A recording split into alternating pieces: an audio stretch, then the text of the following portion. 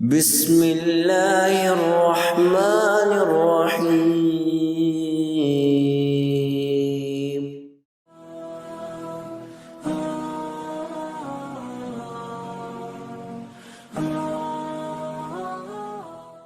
نحمده ونصلي على رسوله الكريم اعوذ بالله من الشيطان الرجيم بسم الله الرحمن الرحيم رب اشرح لي صدري ويسر لي امري واحلل عقدة من لساني يفقهوا قولي۔ حضور اکرم صلی اللہ علیہ وسلم کی اس حدیث کے حوالے سے آج ہمارا یہ دوسرا سیشن ہے جس میں آپ صلی اللہ علیہ وسلم نے مومن کو کھجور کے درخت سے تشبیہ دی ہے۔ روایت کے مطابق آپ صلی اللہ علیہ وسلم اپنے صحابہ کرام کے ساتھ بیٹھے ہوئے تھے کہ آپ نے فرمایا کہ درختوں میں سے ایک درخت ایسا ہے کہ جو مومن سے مشابہت رکھتا ہے، اور پھر آپ صلی اللہ علیہ وسلم نے اپنے تمام صحابہ کرام سے پوچھا کہ وہ درخت کون سا ہے، اور اس پر کوئی بھی جواب نہ دے سکا، تو آپ صلی اللہ علیہ وسلم نے فرمایا کہ وہ کھجور کا درخت ہے۔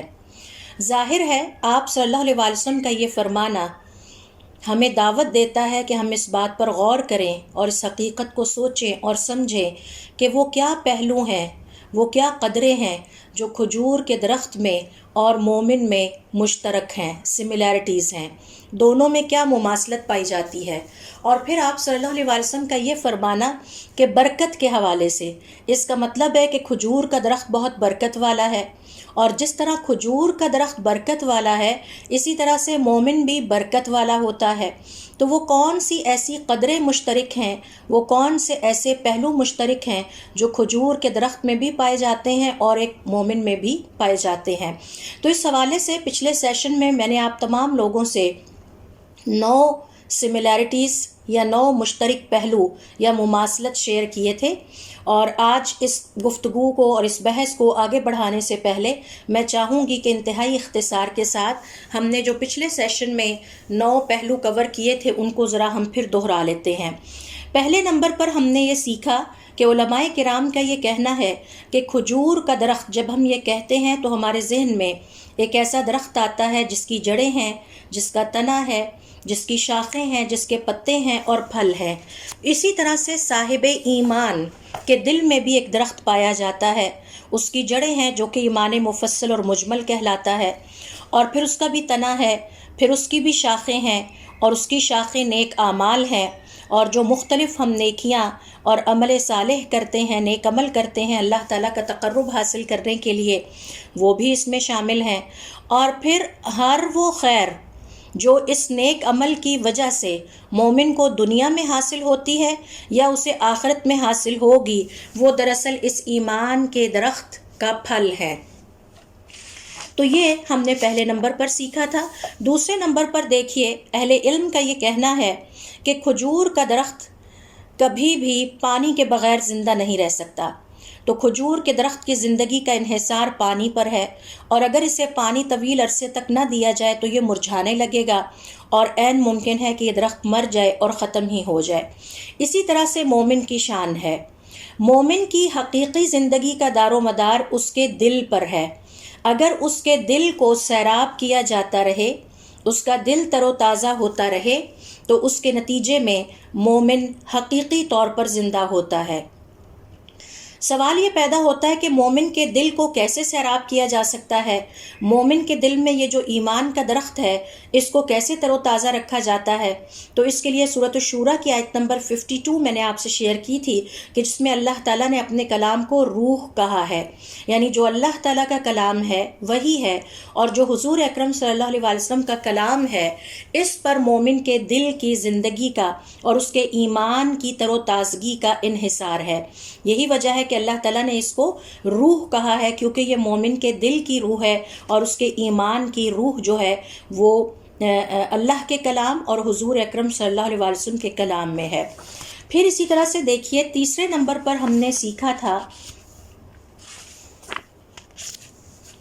کہ کھجور کا درخت اپنی جگہ پر بڑی مضبوطی کے ساتھ جمع رہتا ہے، اور اس کی جڑیں زمین کے اندر بڑی گہری ہوتی ہیں، اور جتنی زیادہ کسی درخت کی زمین کے اندر جڑ گہری ہوگی اتنا ہی زیادہ وہ درخت مضبوط ہوتا ہے۔ یہی مومن کے ایمان کی کیفیت ہوتی ہے۔ امام اوزاعی رحمۃ اللہ علیہ سے سوال کیا گیا کہ کیا ایمان اور گھٹتا اور بڑھتا ہے؟ تو آپ نے فرمایا ہاں، کبھی یہ اتنا بڑھ جاتا ہے کہ اس کا سائز یا والیوم پہاڑ جتنا ہو جاتا ہے، اور کبھی یہ اتنا کم ہو جاتا ہے کہ اس میں سے کچھ بھی نہیں بچتا۔ امام احمد رحمۃ اللہ علیہ فرماتے ہیں بعض اوقات ایمان میں اتنا زیادہ اضافہ ہوتا ہے کہ یہ 7 آسمانوں سے بھی سائز میں بڑا ہو جاتا ہے، اور بعض اوقات یہ اتنا کم رہ جاتا ہے کہ یہ اسفل السافلین میں دھس جاتا ہے۔ تو یہ وہ تیسری مماثلت ہے، سملیرٹی ہے، جو کھجور کے درخت میں اور صاحب ایمان میں پائی جاتی ہے۔ چوتھے نمبر پر ہم نے سیکھا تھا کہ کھجور کا درخت ہر زمین میں نہیں اگتا، بعض زمینوں میں اگتا ہے لیکن اتنا اچھا نہیں اگتا، پھر بعض میں اگ جاتا ہے لیکن پھل نہیں دیتا، بعض زمین کے ٹکڑے ایسے ہیں کہ جہاں اگ بھی جاتا ہے، پرورش بھی پاتا ہے، پھل دیتا ہے لیکن کمزور ہوتا ہے۔ صرف کچھ ہی زمینیں ایسی ہیں کہ جہاں کھجور کا درخت بھرپور پرورش پاتا ہے، اگتا ہے، تناور ہوتا ہے اور اس کے اوپر پھل لگتا ہے۔ اسی طرح سے صاحب ایمان کے ایمان کی کیفیت ہے، ایمان ہر دل میں نہیں ٹھہرتا۔ یہاں ہمیں رک کے سوچنا چاہیے کہ میں کس کیٹیگری میں آتا ہوں یا آتی ہوں۔ یہ کسی دل میں آ تو جاتا ہے لیکن اس میں مضبوطی اور جڑ نہیں پکڑتا، اور کسی دل میں مضبوط اور جڑ بھی پکڑ لیتا ہے لیکن اعمال میں کمی کے باعث پھل نہیں دیتا، اور کہیں پھل بھی دیتا ہے لیکن اللہ تعالیٰ کے ہاں قبولیت کے درجے کو پہنچتا ہے یا نہیں، یہ اللہ رب العزت نے فرمایا ہے کہ تقویٰ کے اعتبار سے انسانوں کے درجات متعین ہوں گے۔ 5ویں نمبر پر ہم نے یہ سیکھا تھا کہ کھجور کے درخت کے ارد گرد کبھی کبھار جڑی بوٹیاں، گھاس پھوس آ جاتی ہے جن کا تعلق جو ہے وہ کھجور کے درخت سے نہیں ہوتا بلکہ یہ اس کی دشمن ہوتی ہیں، اور یہ جڑی بوٹیاں اور گھاس پھوس جو اضافی اگاتی ہیں یہ کھجور کے درخت کو نقصان پہنچاتی ہیں، اس کی پرورش اور گروتھ میں رکاوٹ بنتی ہیں، اس کے حصے کا پانی پی جاتی ہیں، جس کی وجہ سے کھجور کا درخت کمزور ہونے لگتا ہے۔ مومن کی زندگی میں بھی ہمیں یہی کیفیت نظر آتی ہے۔ بعض اوقات مومن اپنی زندگی میں ایسے لمحات سے گزرتا ہے کہ جس میں اس کے ایمان کے درخت کو تھریٹ یا ایمان کے درخت کو نقصان پہنچتا ہے۔ کچھ ایسے مواقف آتے ہیں جس میں وہ کمزور پڑ جاتا ہے اور اپنی نفس کی غلط عادتوں کے ہاتھوں اور اپنے نفس کی وجہ سے یا نفس کی پیروی کرنے کی وجہ سے وہ کچھ ایسے اعمال کر بیٹھتا ہے کہ جس کے نتیجے میں ایمان کا درخت کمزور ہوتا ہے، اور یہ برے اعمال دراصل اس جڑی بوٹیوں اور گھاس سے مشابہت رکھتے ہیں جو کہ کھجور کے درخت کو کمزور کرنے والے ہوتے ہیں۔ پھر اسی طرح سے 6 نمبر پر ہم نے سیکھا تھا کہ کھجور کا درخت ایک ایسا درخت ہے کہ جس کی تعریف کرتے ہوئے سورۃ العنکبوت کی آیت نمبر 69 میں اللہ تعالیٰ فرماتے ہیں تؤتی اکلھا کل حین، ہر لمحے یہ اپنا پھل دیتا ہے۔ تو کھجور کا درخت کسی سیزن کا پابند نہیں ہے، صبح و شام اس کا پھل اترتا ہے اور مومن کو یا انسانوں کو فائدہ پہنچتا ہے۔ یہی کیفیت مومن کے پھل کی ہے۔ مومن کا پھل کیا ہے؟ وہ جو نیک عمل کرتا ہے اور اس کے نتیجے میں اسے اللہ رب العزت کی خیر اور برکت عطا ہوتی ہے،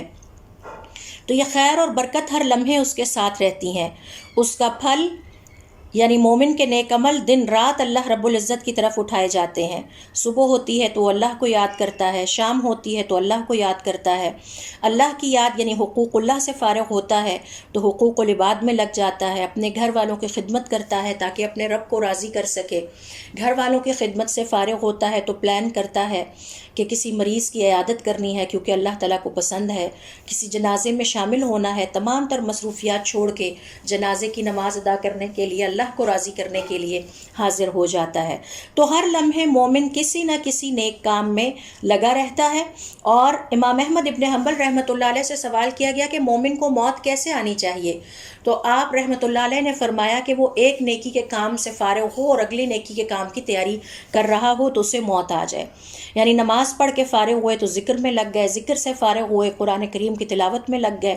قرآن کریم کی تلاوت سے فارغ ہوئے تو گھر والوں کے لیے رزق حلال کمانے کے لیے چل پڑے، اس کا بھی ثواب ہے جہاد کے برابر۔ وہاں سے فارغ ہوئے تو گھر آ کے گھر والوں کی خدمت میں لگ گئے، گھر والوں کی خدمت سے فارغ ہوئے تو اللہ رب العزت کو یاد کرنے میں لگ گئے، کسی جنازے میں شامل ہونے کے لیے چلے گئے، کسی مسلمان بہن بھائی کی مدد کرنے کے لیے پہنچ گئے۔ غرض یہ کہ مومن ہر لمحے کسی نہ کسی نیکی کے کام میں مصروف ہوتا ہے اور پروڈکٹیو ہوتا ہے۔ 7ویں نمبر پر ہم نے یہ سیکھا تھا کہ کھجور کے درخت کا اگر جائزہ لیا جائے تو اس کا ہر جزو انسانیت کے لیے مفید ہے، اللہ کی مخلوق کے لیے مفید ہے۔ کھجور کے درخت میں کوئی جزو ایسا نہیں پایا جاتا کہ جس سے فائدہ نہ اٹھایا جائے۔ اس کے پتوں سے بھی انسان فائدہ اٹھاتے ہیں، اس کی چھال سے بھی فائدہ پہنچتا ہے، حتیٰ کہ کھجور کی گٹھلیاں جانوروں کے لیے چارے کا کام دیتی ہیں۔ کھجور کے درخت کا تنا بڑے کام کی چیز ہوتا ہے، انسانوں کے مختلف انداز میں کام آتا ہے۔ یہی وجہ ہے کہ اسے برکت والا درخت کہا گیا ہے، اور یہی حالات ایک مومن کے ہیں کہ یہ ہر حال میں مفید ہوتا ہے۔ بات کرتا ہے تو مفید کرتا ہے، عمل کرتا ہے تو مفید ہوتا ہے، صبح بھی مفید ہوتا ہے، شام بھی مفید ہوتا ہے، گھر والوں میں بیٹھتا ہے تو اس کی مفید بات چیت ہوتی ہے، حتیٰ کہ اس کی ہابیز سرگرمیاں مفید ہوتی ہیں، حتیٰ کہ اس کی تفریح مفید ہوتی ہے۔ تو ہر چیز میں وہ دوسروں کو فائدہ ہی پہنچانے والا ہوتا ہے، گھر والوں کو بھی فائدہ پہنچاتا ہے، اپنے کولیگز کے ساتھ بیٹھتا ہے تو ان کو بھی فائدہ پہنچاتا ہے، اسی طرح سے دوست احباب میں بیٹھتا ہے تو ان کو بھی فائدہ پہنچانے والا ہوتا ہے۔ یہ مومن کی شان ہے۔ 8ویں نمبر پر دیکھیے ہم نے سیکھا تھا کہ کھجور کا درخت وہ درخت ہے کہ جو اپنے پتے نہیں گراتا، اور اہل علم کہتے ہیں کہ اس حوالے سے آپ دیکھیے کہ مسلمان کو اللہ رب العزت نے یہ اعزاز عطا کیا ہے کہ اس کی کوئی دعا رد نہیں ہوتی، کوئی بھی دعا رد نہیں ہوتی، ساقط نہیں ہوتی۔ یا تو اللہ تعالیٰ اسی وقت قبول کر لیتے ہیں، یا پھر اسے مناسب وقت کے لیے روک دیتے ہیں، یا پھر آخرت کی زندگی میں وہ دعائیں ذخیرہ کر کے اس دعا کرنے کا اجر اور ثواب اسے دیا جاتا ہے۔ اور آپ صلی اللہ علیہ وسلم فرماتے ہیں کہ آخرت کی زندگی میں جب مومن یہ دیکھے گا کہ اس کی جو دعائیں دنیا کی زندگی میں قبول نہیں ہوئی تھیں ان کا اللہ تعالیٰ نے اتنا بہترین اجر و ثواب عطا کیا ہے، تو وہ تمنا کرے گا کہ کاش اس کی دنیا میں کوئی بھی دعا قبول نہ ہوئی ہوتی۔ پھر 9ویں نمبر پر دیکھیے ہم نے اپنے آخری سیشن میں یہ سیکھا تھا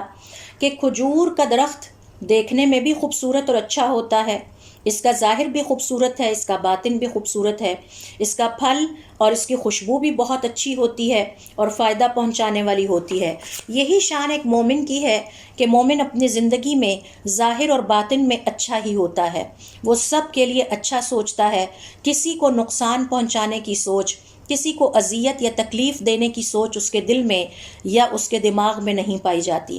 اور وہ دنیا میں بھی اچھا ہے، اس کو موت بھی اچھی آئے گی، اس کی آخرت بھی بہت اچھی ہوگی اور اس کا انجام بھی بہت اچھا ہوگا۔ اب ہم آج آگے پوائنٹ نمبر 10 سے سٹارٹ کرتے ہیں۔ 10ویں نمبر پر اہل علم کا کہنا ہے، مثال کے طور پر استاذ عبدالرزاق کہتے ہیں کہ کھجور کے درخت کی یہ تعریف بیان کی گئی ہے کہ اس میں سے جو کچھ بھی آپ لیں گے وہ آپ کو فائدہ پہنچائے گا۔ تو کھجور کا درخت سراسر فائدے والا ہے، اس میں سے کوئی بھی چیز آپ لیں تو وہ فائدے کے بغیر نہیں ہے۔ اس کا پھل بھی مفید ہے، اس کا تنا بھی مفید ہے، اور اس میں اللہ کی مخلوق کے لیے بہت سارے فائدے رکھ دیے گئے ہیں۔ اس کا تنا تعمیرات میں بھی کام آتا ہے، چھتیں بنتی ہیں اور انسانوں کے دیگر ضروریات کو پورا کرتا ہے۔ اسی طرح سے اس کی جو پتے ہیں اس سے بہت ساری ضرورت کی چیزیں انسان بناتے ہیں۔ اسی طرح مومن ہوتا ہے، چاہے وہ اپنے دوست احباب کے ساتھ ہو، چاہے وہ گھر والوں کے پاس ہو، چاہے وہ عام انسانوں کے ساتھ ہو، سفر کی حالت میں کسی کے ساتھ تھوڑی دیر کے لیے بھی بیٹھا تو آپ اسے ہمیشہ بہترین اخلاق والا انسان پائیں گے، بہترین معاملہ کرنے والا انسان پائیں گے، اور وہ ہر ایک کے لیے خیر خواہی کا مظاہرہ کرنے والا ہوگا، یعنی ہر ایک کے لیے دل میں خیر کے پہلو یا خیر کی سوچ رکھنے والا ہوگا۔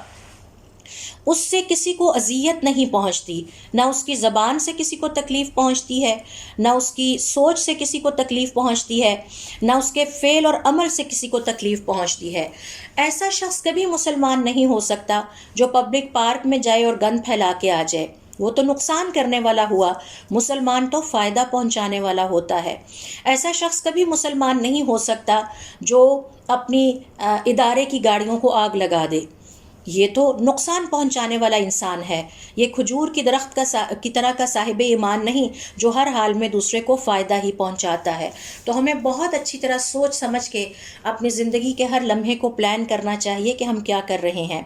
11ویں نمبر پر دیکھیے، کھجور کے درخت اور مسلمان میں یا صاحب ایمان میں جو مماثلت پائی جاتی ہے وہ یہ کہ کھجور کے درختوں میں بہت ساری ویرائٹی ہے، 1100 سے زیادہ قسم کی کھجوریں پائی جاتی ہیں، اور تمام کھجور کے درخت ایک ہی لیول پر نہیں آتے اپنی شکل و صورت کے اعتبار سے اور اپنے پھل کے اعتبار سے، بلکہ ان کے درمیان بہت فرق ہے۔ جیسا کہ سورۃ الرعد کی آیت نمبر 4 میں اللہ رب العزت نے ہماری توجہ اس بات کی طرف دلائی ہے کہ کیا تم نہیں دیکھتے کہ زمین کے مختلف ٹکڑے جو آپس میں جڑے ہوئے ہیں ان پر کس طرح اللہ تعالیٰ نے طرح طرح کے پھل، طرح طرح کے باغات اگائے ہیں، اور یہ سب ایک ہی پانی سے خوراک پاتے ہیں۔ تو اللہ رب العزت کی شان یہ ہے کہ مٹی ایک ہے، پانی ایک ہے، لیکن اس میں سے وہ تمہارے لیے طرح طرح کے انواع و اقسام کے پھل اگاتا ہے، اور بعض کو اس نے بعض فروٹس کو، بعض پودوں کو، بعض پر فضیلت عطا کی ہے۔ تو اسی طرح سے کھجور کے درخت میں بھی بہت زیادہ ورائٹی ہے، کچھ قسمیں افضل ترین ہیں، کچھ درمیانی قسمیں ہیں، کچھ نچلے درجے کی قسمیں ہیں۔ اسی طرح سے کھجور کے درخت کی اس ورائٹی کا تعلق اس کی خوراک یعنی پھل سے بھی ہے، اس کے منظر سے بھی ہے، یعنی دیکھنے میں کچھ کھجور کے درخت بہت خوبصورت لگتے ہیں جبکہ کچھ ردی سی ان کی لک آتی ہے۔ اسی طرح سے علماء کرام کا یہ کہنا ہے کہ صاحب ایمان کی شان ہے، تمام مومن اپنے ایمان کے لحاظ سے مختلف درجات میں بٹے ہوئے ہیں۔ ہر شخص یا ہر مومن ایک ہی ایمان کے درجے پر نہیں ہے، اور اس کی مثال میں آپ کو اس طرح سمجھا سکتی ہوں، جیسے ایک کلاس میں اگر 60 طالب علم ہیں اور ایک استاد ہے، وہی کلاس روم ہے، وہی سبجیکٹ سب پڑھ رہے ہیں، ہر طالب علم کے لیسن کو ایبزارب کرنے کا لیول ڈیفرنٹ ہے، سمجھنے کا لیول ڈیفرنٹ ہے، اور پھر جب وہ ایگزام میں اس کو لکھتے ہیں تو ان کے لیول کا تعین ہو جاتا ہے۔ بعض طالب علم اپنے اساتذہ سے 40% نمبر حاصل کرتے ہیں، جس کا مطلب ہے کہ ان کی لرننگ کا لیول 40% تک ہے۔ بعض طالب علم 50 پہ چلے جاتے ہیں، بعض 60 پہ، بعض 80 پہ، اور بعض 100 سے بھی اوپر چلے جاتے ہیں۔ تو یہی صورتحال ایمان کے لحاظ سے تفاوت اور ورائٹی جو پائی جاتی ہے مومنوں میں، یہ بھی ایک مشابہت یا مماثلت کا پہلو ہے کھجور کے درخت میں اور صاحب ایمان میں۔ 12ویں نمبر پر دیکھیے، عرب کہتے ہیں کہ کھجور کا درخت وہ درخت ہے جو تمام درختوں میں سب سے زیادہ صبر کرنے والا ہے۔ صبر کرنے والا درخت، آپ اسے صابر درخت بھی کہہ سکتے ہیں، کیونکہ تند اور تیز ہواؤں کا اور طوفان کا مقابلہ کرنے میں کھجور کا درخت بڑے صبر سے کام لیتا ہے، اور یہ اپنی جگہ سے اکھڑتا نہیں ہے۔ تیز ترین تند ہوائیں چلتی ہیں، طوفان آتے ہیں، اس کی ٹہنیاں یا پھل گر جائے، اس کی ٹہنیاں ٹوٹ جائیں، لیکن اس کے باوجود یہ کبھی بھی اپنی جگہ سے ہلتا نہیں ہے، مکمل طور پر اکھڑتا نہیں ہے۔ اسی طرح سے عربوں کے ہاں کہا جاتا ہے تمام درختوں میں سے کھجور کا درخت اس حوالے سے بھی صبر کرنے والا درخت ہے کہ اگر اسے طویل عرصے تک پانی نہ بھی دیا جائے تو یہ اپنا وقت گزار لیتا ہے، نہ تو اسے تند اور تیز ہوائیں اپنی جگہ سے اکھاڑ سکتی ہیں، اور اپنے پانی کے بغیر بھی یہ طویل عرصے تک وقت گزار سکتا ہے۔ اتنا طویل عرصے تک کوئی اور درخت وقت نہیں گزارتا۔ مسلمان کی بھی یہی شان ہے کہ اس کے اندر صبر پایا جاتا ہے، حالات چاہے اس کی موافقت میں ہو، اس کی فیور میں ہو، چاہے حالات اس کی فیور میں نہ ہو، اللہ رب العزت اسے عطا کر دے یا اللہ رب العزت اس سے کچھ لے لے، اسے کوئی بات پسند آئے یا اللہ تعالیٰ کا کوئی فیصلہ اس کی خوشی کے مطابق نہ بھی ہو، وہ ان تمام حالات پر صبر کرنے والا ہوتا ہے۔ بلکہ مومن کے اندر صبر کی تینوں قسمیں پائی جاتی ہیں۔ وہ اللہ رب العزت کی اطاعت گزاری اور فرما برداری پر صبر کرنے والا ہوتا ہے۔ جب آپ نماز پڑھتے ہیں تو دراصل آپ صبر کا مظاہرہ کر رہے ہوتے ہیں۔ اور پھر اسی طرح سے صبر کی دوسری قسم ہے کہ اللہ رب العزت کی نافرمانیوں سے اپنے آپ کو روکنے پر صبر کرنا۔ جب آپ حجاب لیتی ہیں تو یقیناً آپ نے بڑے صبر کے ساتھ اللہ رب العزت کی خوشی کو اپنی پسند اور خوشی پر ترجیح دی۔ جب آپ اللہ رب العزت کی راہ میں زکوٰۃ نکالتی ہیں، صدقات دیتی ہیں، تو آپ اپنی پسند کو، اپنی خرچ کو قربان کر کے اللہ کی راہ میں خرچ کرتی ہیں، تو یہ صبر کی دوسری قسم ہے۔ اسی طرح سے دیگر نافرمانیوں سے روکنا ہے۔ مثال کے طور پر جو شخص موسیقی پر صبر نہیں کر سکتا، وہ اللہ رب العزت کے حکم کو نظر انداز کر کے موسیقی سنتا رہتا ہے۔ جو شخص فحاشی اور عریانی کے بغیر نہیں رہ سکتا، اس کے اندر صبر کی کمی ہوتی ہے کہ وہ اللہ رب العزت کی پسند کے مطابق حجاب کو اختیار کرنے کی بجائے فحاشی اور عریانی کے لیے جواز گھڑتا رہتا ہے اور دیتا رہتا ہے۔ تو یہ صبر کی دوسری قسم ہے۔ صبر کی تیسری قسم ہے اللہ رب العزت کی طرف سے جو فیصلے ناخوشگوار ہمارے لیے کر دیے گئے ہیں ان کو بھی قبول کرنا۔ یہ صبر کی تیسری قسم ہے۔ مثال کے طور پر میرے کسی بچے کی ڈیتھ ہو جاتی ہے، اب میرا دل تو نہیں چاہتا تھا لیکن اسے اللہ کا حکم سمجھ کے قبول کر لیا جائے۔ کاروبار میں خسارہ ہو جاتا ہے، اللہ رب العزت کا حکم سمجھ کے قبول کر لیا جائے۔ اور مومن کبھی بھی اللہ رب العزت کے فیصلوں پر اعتراض کرنے والا نہیں ہوتا، مجھے کم کیوں دیا، فلاں کو زیادہ کیوں دیا، یہ اللہ رب العزت کے ساتھ بے ادبی ہے، اور مومن اس بے ادبی کا ارتکاب کبھی بھی نہیں کرتا۔ ہم سب ایمان مفصل اور مجمل میں اس بات کا اقرار کرتے ہیں، آمنت بالقدر خیرہ و شرہ، اے اللہ تعالیٰ آپ نے میرے مقدر میں جو خیر لکھ دی اور جو شر لکھ دی میں اس کو تسلیم کرتی ہوں۔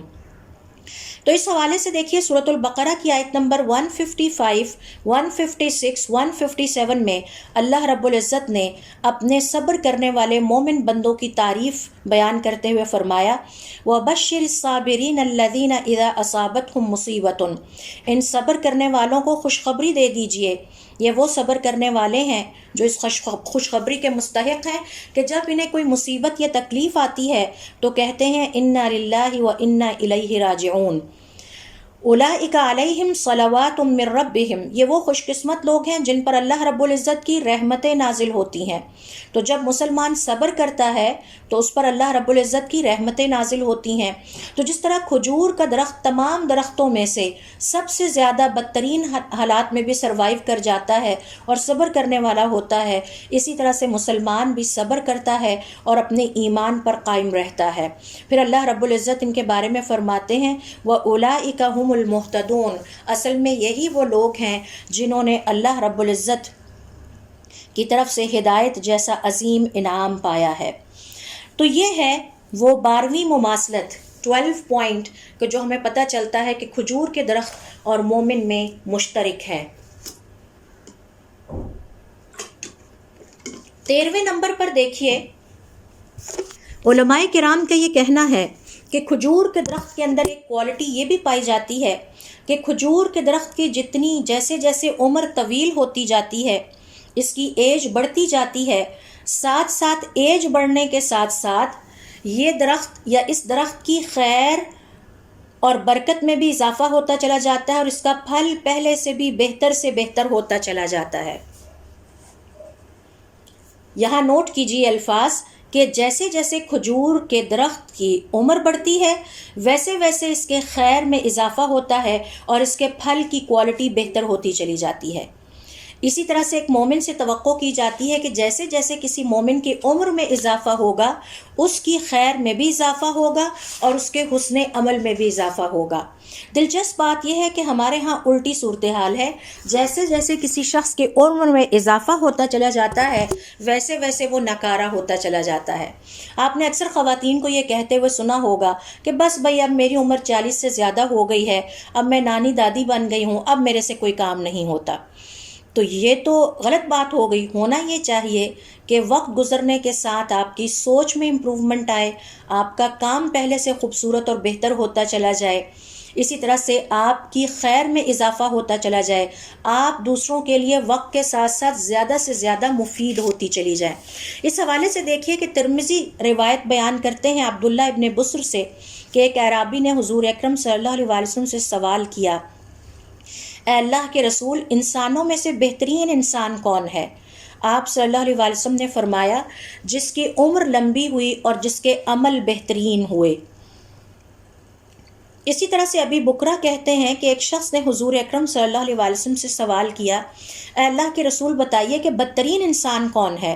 آپ نے فرمایا کہ جس کی عمر طویل ہوتی چلی جائے اور اس کا عمل برا ہوتا چلا جائے۔ تو یہ ترقی معکوس ہے کہ انسان ریورٹ ہونا شروع ہو جائے، جو پہلے سب کچھ اسے کرنا آتا تھا وہ اس سے بھی ہاتھ دھو بیٹھے۔ یہ ایک مومن کی شان نہیں ہے۔ اسی طرح سے ایک اور روایت یہاں میں آپ سے شیئر کروں گی جسے امام احمد نے اور نسائی نے بیان کیا ہے عبداللہ ابن شداد سے کہ بنی عدرہ کے 3 افراد حضور اکرم صلی اللہ علیہ وسلم کے پاس آئے دین سیکھنے کی غرض سے۔ انہوں نے دین سیکھا اور اسلام لے آئے۔ آپ صلی اللہ علیہ وسلم نے فرمایا اپنے ساتھیوں کو مخاطب کرتے ہوئے کہ کوئی ہے جو ان 3 کو میری طرف سے قبول کر لے، یعنی ان کو اڈاپٹ کر لے، اپنے ساتھ رکھے۔ طلحہ کہتے ہیں میں آگے بڑھا اور میں نے کہا میں۔ اب طلحہ کہتے ہیں کہ وہ تینوں میرے پاس رہنے لگے۔ حضور اکرم صلی اللہ علیہ وسلم کو ایک غزوہ پیش آ گیا، ایک جگہ مسلمانوں کو جہاد پر بھیجنے کی ضرورت پیش آ گئی۔ آپ نے اعلان فرمایا کہ جو جو جہاد میں حصہ لینا چاہتا ہے وہ آگے آئے۔ تو میں نے دیکھا کہ ان تین میں سے ایک جہاد کے لیے چل پڑا اور اس نے شہادت قبول کر لی۔ اب میرے پاس 2 افراد رہ گئے۔ پھر ایک اور جگہ مسلمانوں کو اسی طرح سے جہاد کی ضرورت پیش آئی، تو باقی 2 میں سے بھی ایک اور شخص آگے بڑھا اور اس نے جہاد میں حصہ لیا، اور کچھ عرصے کے بعد یہ دوسرا شخص بھی شہید ہو گیا۔ اس کے بعد کہتے ہیں کہ تیسرا شخص میرے پاس طویل عرصے تک رہا اور اس کو بھی موت آ گئی، لیکن کسی جہاد میں نہیں آئی، شہادت کی موت نہیں آئی، بلکہ وہ بیماری کے بعد اپنے بستر پر ہی مرا۔ تو طلحہ کہتے ہیں رضی اللہ تعالی عنہ، میں نے ایک عجیب خواب دیکھا کہ یہ تینوں جو لوگ میرے پاس تھے، میں نے دیکھا کہ جس کی سب سے آخر میں ڈیتھ ہوئی ہے، جس نے طویل عمر پائی تھی، کسی جہاد میں حصہ لے کر شہادت کا رتبہ حاصل نہیں کیا، وہ جنت میں پہلے داخل ہو گیا۔ مجھے بہت تعجب ہوا، کیونکہ میرا تو خیال تھا کہ جنت میں سب سے پہلے وہ داخل ہوگا جس نے سب سے پہلے نمبر پر شہادت پائی تھی۔ دوسرے نمبر پر دیکھتے ہیں کہ میں نے دیکھا کہ دوسرے نمبر والا شخص جس نے شہادت پائی تھی وہ داخل ہوا ہے۔ مجھے پھر تعجب ہوا کہ یہ تو پہلے والے کو داخل ہونا چاہیے تھا، اور آخر میں نے دیکھا کہ جس نے سب سے پہلے شہادت پائی تھی وہ داخل ہوا۔ تو کہتے ہیں کہ مجھے اس بات پہ بڑا تعجب ہوا۔ میں حضور اکرم صلی اللہ علیہ وسلم کے پاس آیا اور ان سے سارا ماجرا کہہ ڈالا، اور تعجب کا اظہار کیا کہ یہ کیسے ہو سکتا ہے، جس کی کئی سال بعد آخر میں تیسرے شخص کی ڈیتھ ہوئی تھی وہ جنت میں پہلے چلا گیا، جس کی دوسرے نمبر پر ڈیتھ ہوئی تھی وہ جنت میں دوسرے نمبر پر گیا، اور جس کی سب سے پہلے ڈیتھ شہادت کی وجہ سے ہوئی تھی، جس کو میں سمجھ رہا تھا کہ یہ جنت میں سب سے پہلے جائے گا، وہ سب سے آخر میں گیا۔ آپ صلی اللہ علیہ وسلم نے فرمایا، تم جو بات کرتے ہو وہ غلط نہیں ہے، میں اس چیز کی تائید کرتا ہوں کہ تم نے جو خواب دیکھا وہ بالکل ٹھیک ہے۔ اللہ رب العزت کے نزدیک وہ مومن تمام اہل ایمان والوں میں سے زیادہ فضیلت کا حامل ہے کہ جسے اسلام کی حالت میں طویل عمر ملے، اور پھر اس کی تکبیریں سب لوگوں سے زیادہ ہو جائیں، اس طویل عمر کی وجہ سے اس کی تسبیح زیادہ ہو جائے، اس کا لا الہ الا اللہ کا ورد زیادہ ہو جائے، اور الحمدللہ کا ورد زیادہ ہو جائے۔ تو آپ صلی اللہ علیہ وسلم کا کہنے کا مقصد یہ تھا کہ جس مسلمان کو طویل عمر ملتی ہے وہ اللہ رب العزت کے ہاں اس لیے افضل ترین ٹھہرتا ہے کہ اس نے طویل عمر کے دوران صبر کے ساتھ اللہ رب العزت کی زیادہ فرما برداریاں کمائیں، زیادہ ذکر کیے، زیادہ نمازیں پڑھی، زیادہ روزے رکھے، زیادہ جمعے کی نمازیں جا کر مسجد میں ادا کیں، اور زیادہ دفعہ قرآن کریم ختم کیا، تو وہ جیسے جیسے اس کی عمر بڑھتی چلی جاتی ہے، کھجور کے درخت کی طرح اس کی خیر، اس کی برکت میں اضافہ ہوتا چلا جاتا ہے، اس کا عمل، حسن عمل میں اضافہ ہوتا چلا جاتا ہے۔ یہی وجہ ہے کہ ایسا شخص اور ایسا صاحب ایمان اللہ رب العزت کے ہاں انتہائی فضیلت والا ہے۔ 14ویں نمبر پر دیکھیے کہ کھجور کے درخت کی ایک اور کوالٹی کی طرف ہماری توجہ جاتی ہے، اور وہ یہ کہ کھجور کے درخت کا ایک گوند ہوتا ہے جو کھجور کے درخت کے تنے کے اندر سے نکلتا ہے، اور اسے احادیث کی کتابوں میں نے دیکھا ہے گابا بھی کہتے ہیں، انگلش میں اسے عربی میں قلب النخلہ کہتے ہیں، یعنی کھجور کے درخت کا دل، اور انگلش میں اسے ہارٹ آف پام کہتے ہیں، آپ اس کو ڈکشنریز میں بھی چیک کر سکتے ہیں۔ اور حضور اکرم صلی اللہ علیہ وسلم بیٹھے یہ گوند یا گابا ہی کھا رہے تھے جب آپ نے اپنے ساتھیوں کو مخاطب کرتے ہوئے فرمایا، درختوں میں سے ایک درخت ایسا ہے جو خیر اور برکت کے حوالے سے مسلمان سے مشابہت رکھتا ہے، اور یہ جو گابا یا گوند ہوتا ہے یا ہارٹ آف پام ہوتا ہے، اس کا ٹیسٹ بہت پیارا ہوتا ہے، اور جتنے بھی دل پائے جاتے ہیں ان سب میں سے، یعنی آپ یہ سمجھ لیں درختوں کی جو گوند ہے یا گابا ہے ان میں سے یہ بہترین ٹیسٹ والا ہوتا ہے۔ یہی حال ایک مومن کا ہوتا ہے، مومن کا دل خوبصورت ترین دل ہوتا ہے، اللہ رب العزت کو بڑا پسند ہوتا ہے، اور اللہ تعالیٰ اس کے دل کی تعریف بیان کرتے ہوئے قرآن کریم میں فرماتے ہیں کہ کامیاب وہ انسان ہوگا جو اللہ کے پاس سلامت دل لے کر آئے گا۔ اس کی وجہ یہ ہے کہ دل سارے اعضاء کا سردار ہے، بادشاہ ہے، کنگ ہے، یہ حکم دیتا ہے، سارے اعضاء اس کی حکم کی تعمیل میں لگ جاتے ہیں۔ یہی وجہ ہے کہ ہماری شریعت میں دل کو سمجھنے دل کے سٹیٹس کو سمجھنے، دل کی صفائی اور پاکیزگی کے لیے بہت زیادہ ہماری توجہ اس طرف دلائی گئی ہے، اور اس حوالے سے مومن کا دل پاکیزہ ترین ہوتا ہے، اس میں کوئی ردی سوچ، کوئی بیکار شوق، کسی قسم کی فالتو یا گری ہوئی یا گھٹیا کسی درجے سے نچلی سوچ نہیں پائی جاتی، بلکہ یہ بہترین سوچوں والا انسان ہوتا ہے۔ ہر ایک کے لیے اس کے دل میں خیر کے جذبات پائے جاتے ہیں، محبت کے جذبات پائے جاتے ہیں، اور مومن کا دل بہترین دل ہوتا ہے عام انسانوں کے مقابلے میں۔ 15ویں نمبر پر دیکھیے، کھجور کے درخت کے اندر ایک اور کوالٹی اللہ تعالیٰ نے رکھی ہے کہ اس سے جو فائدے پہنچتے ہیں انسانوں کو یا اللہ تعالیٰ کی مخلوقات کو، وہ کبھی معطل نہیں ہوتے، سسپینڈ نہیں ہوتے، رکتے نہیں۔